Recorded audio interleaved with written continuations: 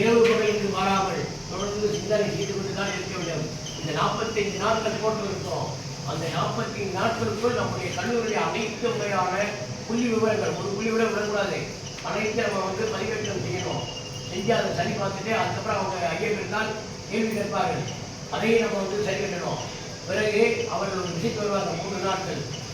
அந்த வினியை செய்து இந்த கல்லூரி மாணவர்கள் எப்படி, கட்டிடங்கள் எப்படி, ஆசிரியர்கள் எப்படி எல்லாமே நன்றாக ஆய்வு செய்து நமக்கு தர நிர்ணயம் செய்வார்கள். அந்த பணியை அனுமானப்பட்டுக் கொண்டிருக்கிறார்.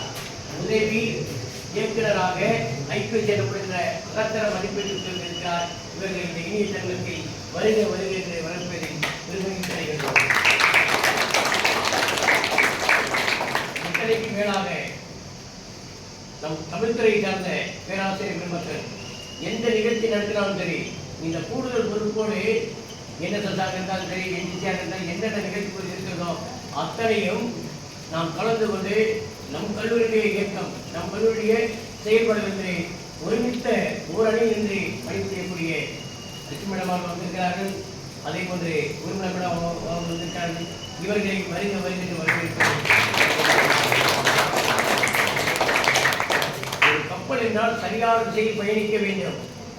அப்படி பயணிக்க வேண்டும் என்றால் சிறந்த மாணவி இருக்க வேண்டும். அப்பேற்பட்ட மாணவியாக கேப்டனாக லெப்டினண்டாக இருந்து கேப்டனாக இருந்த முனைவர் நம்முடைய அன்புக்குரிய முதல்வர் KR சீனிவாசன் ஐயா அவரை இந்த இயக்கத்தில் வருக வருகின்ற வரவேற்கிறோம். இருந்தாலும் இன்னொரு இன்டர்நேஷனல் ப்ரோக்ராமுக்காக போயிட்டு வந்திருக்காரு. அதே போன்று ஒரு நிகழ்ச்சி நடத்த வேண்டும் என்றால் கல்லூரி நிர்வாகம் நமக்கு நல்ல ஆதரவு தர வேண்டும்.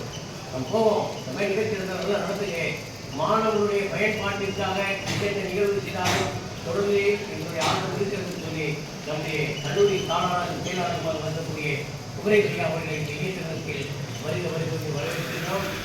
நம்ம எல்லாம்